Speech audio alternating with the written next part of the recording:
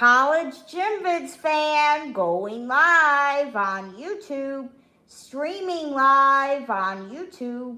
It's the AIDS activist Allison Gertz's birthday. She would have been 55 today. It's also my mother's birthday. So this is a birthday rescue 911 marathon video. I gotta put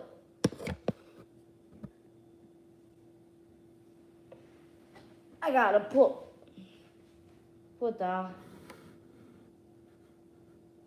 there, turn the iPad. It's on pause.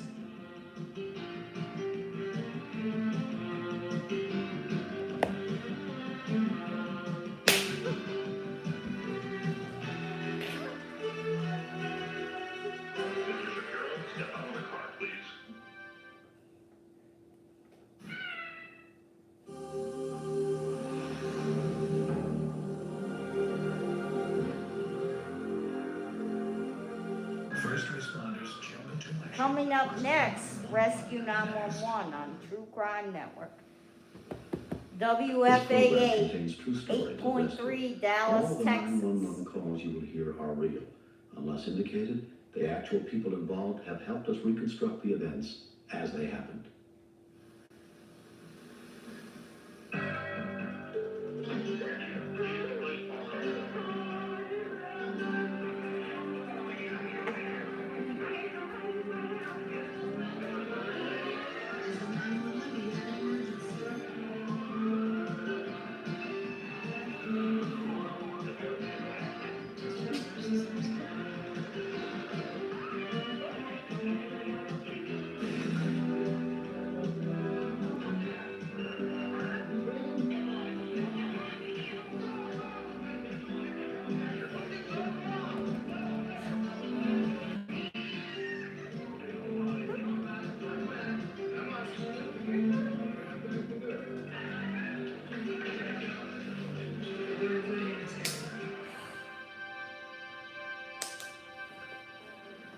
It takes a certain kind of person to perform a truly heroic act.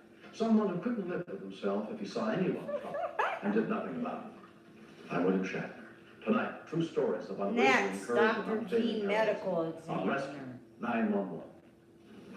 We begin on a quarter-mile racetrack outside Denver, Colorado.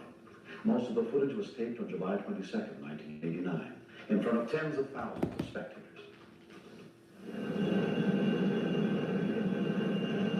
The Denver race in 1989 was really kind of a celebration because the track was thought to not exist anymore due to highway construction and some other things. But the people involved managed to resurrect it, really, bring it back from the ashes and make a fantastic facility, which nobody really expected.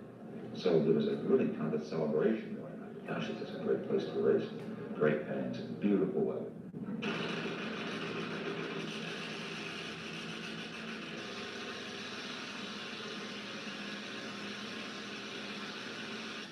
On this Saturday, funny cars were racing. High-powered vehicles capable of reaching nearly 300 miles an hour in less than 6 seconds.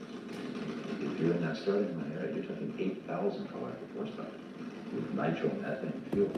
The ground, the grandstand, literally vibrant.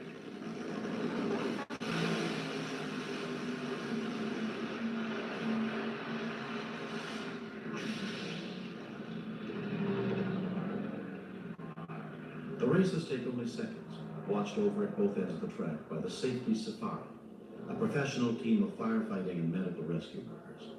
With that many horsepower and that much power just waiting to be unleashed, sometimes it's just like a hand grenade waiting to go off.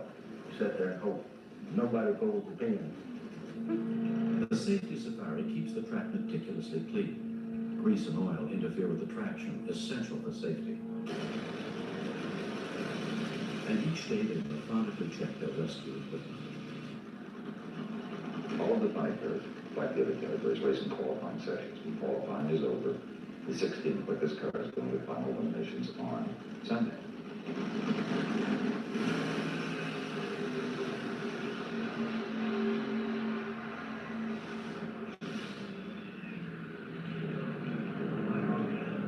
It It was 20-year-old Don Gay Jr.'s second Top Fuel funny car race. In this heat, he would face a legend. When anybody lines up against a champion like a Don Prudhomme, the gunfighter with a big reputation, they want to knock him off, and especially a young driver like Don Gay Jr., just for his own personal satisfaction. Even though it's qualified, even though it really doesn't mean anything, only your time matters. We were having a lot of trouble with our car. And he's a young kid and a real aggressive kid. And I didn't want this young kid to beat me.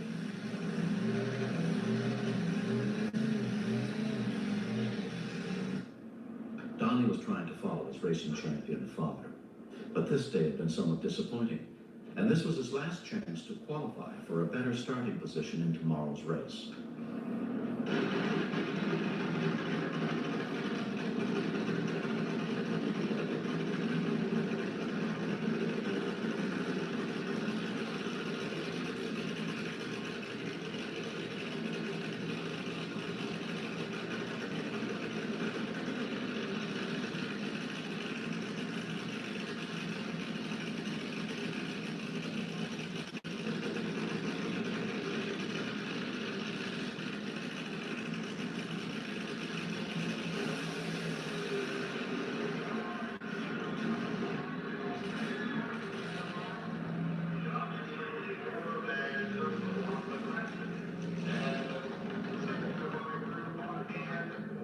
We heard someone holler on the radio, there's a fire.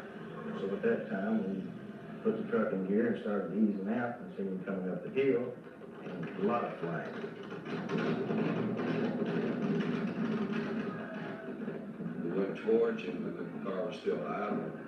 And we figured something was really wrong because he wasn't shutting the engine down, he wasn't trying to stop, he wasn't trying to come out the escape hatch out the top. We all had to turn around and chase him back.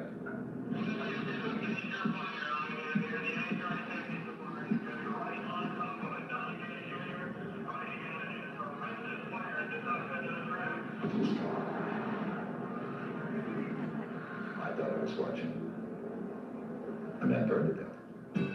When we continued, Well, the first thing that came to my mind is that, yeah, I've got my fire equipment still on. I have my helmet on, gloves on, and we got to get this kid in the fire. My help, See? and I needed it. If you've been a victim of a break-in, these tips will help reduce the pain of your loss. Have an inventory of the valuable items you own. That should include photos or videos of the items, and a written description of each. For electronics, make sure you include the manufacturer and the product serial number in your records. Providing this information will clearly identify to police what has been stolen. It'll also make insurance claims much easier to file. Be aware and be safe.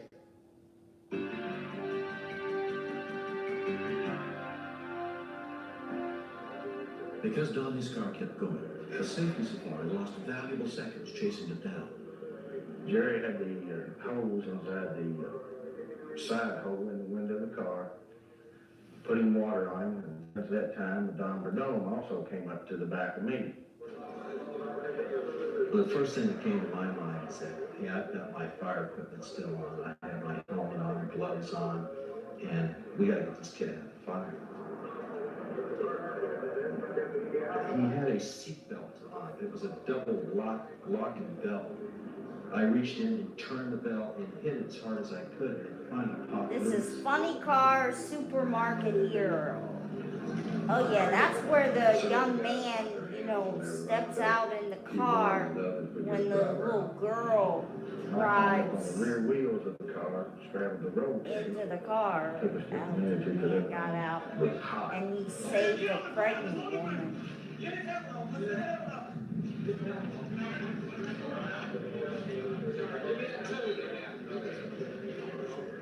He already had stopped breathing when we arrived. Let's look at all the Rescue 911 videos that were on this morning. Sibling stabbing Illinois garbage truck, Funny Car Supermarket, Arlington, Santa Save, He was Lake Boy, Elvis respiratory Docky 2, arrest or American Boy Shoot Gas, he was his eyes and all Car were dilated. Rescue, So I pesky knew that time python, was against us. We had to work hard. rifle, and scuba sail. You hear me? Don, that's a boy. That's a boy now. You got 1 to 4 minutes that is a good legal time to try to bring someone back. 4 to 6 minutes, you're really playing with danger. Your brain cells are not acquiring the oxygen or dying.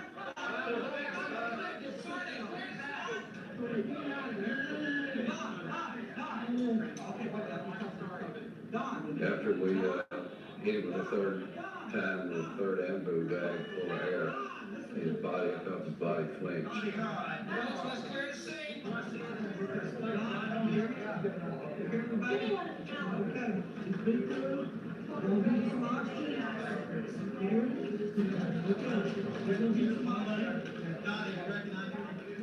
I yelled at him, I said, Donnie, Donnie, G-O-I-N. He looked over and said, you're Don Fidel.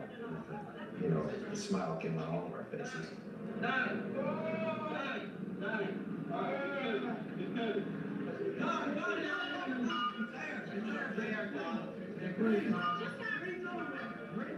I was calming down, but he was trying to breathe too fast and then got excited and I'm sure they wanted to go back out after getting back in and we may have more trouble going into shock or something else.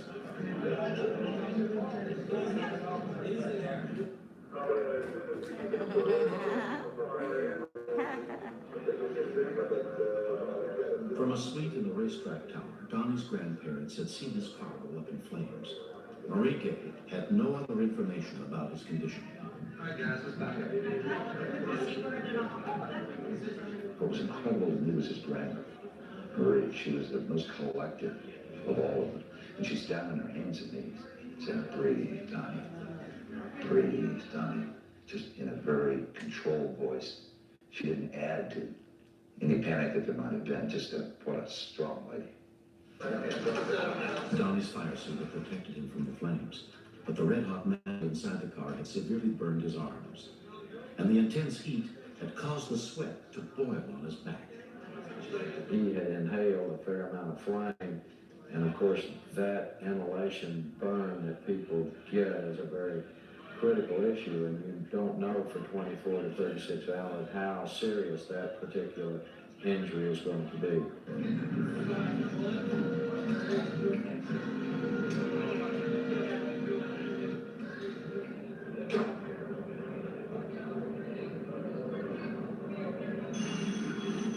Don Gay Jr. was rushed to a trauma center, where he was treated for flame inhalation and burns.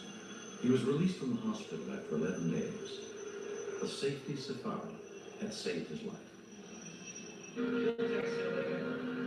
What I should have done is let off and went for another day, another race.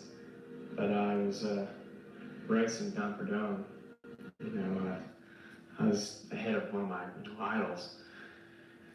Well, that's where I messed up and lost control and hit the wall and I was knocked out. And from then on, I don't remember anything till they revived me. Every safety safari guy is very proud of what he does, and it makes us feel good when we do something that turns out good. I mean, it's a lot of pride in that whole operation. In this particular accident, if it had been at a track, let's say, where we didn't have a safety safari like they have in NASA racing, I don't believe that he would have made it. I think he would just burn up in the car and he'd been gone. What is this? Burn it up. The same one? After he had the wreck in Denver, it was no more racing. His first words, Daddy, no more racing, no more racing.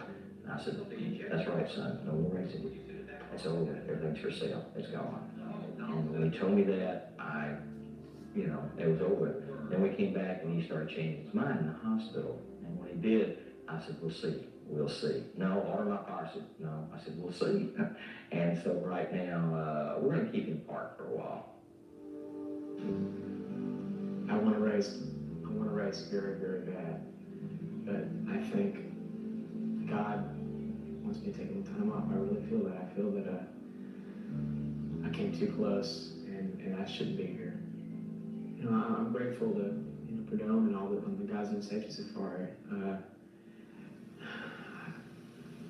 there's no way I could ever thank them enough. You know, it's a life. I mean, how do you thank somebody for saving your life? I mean, how can you just, there's no possible way to ever do it completely. I want them to know that, you know, I can never thank them, and I'll always, you know, be in debt to them. Next. Turn around, saw a little girl running around in the front seat of the car and back us.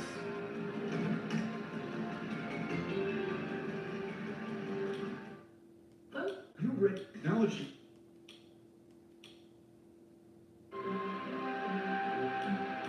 In the serious true crime addict, The Daily Crime has you covered. The Daily Crime, an all-new podcast from Vault Studios.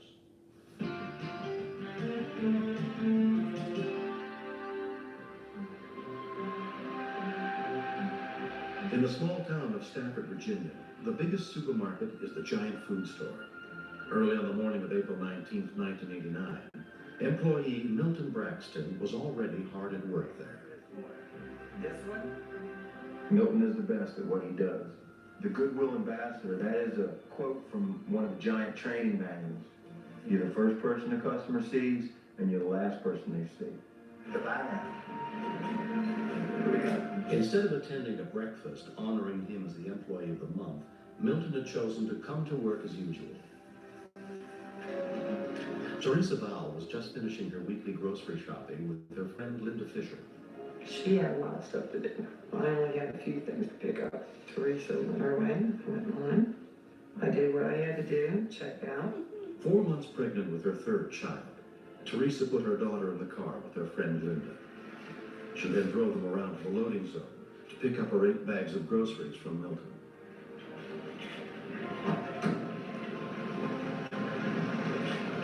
How are you today? How are you? Good. I'll look at boots. There. As they loaded the groceries into the trunk, another car pulled up behind them with a man and a little girl.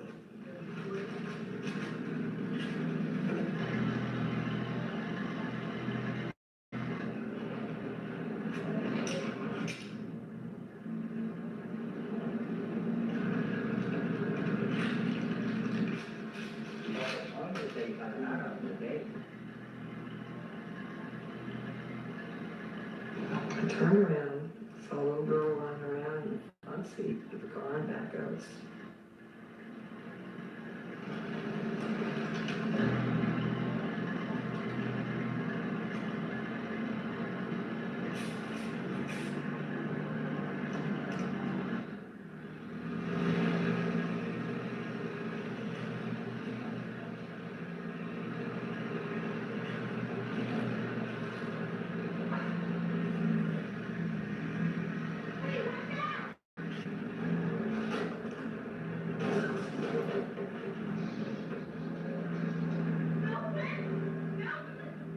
His legs were caught in between those bumpers. I knew his legs were broke. He was so stunned he couldn't even talk. You could see in his eyes the pain. And I thought his neck was hurting. Milton is hurt. He's hurt.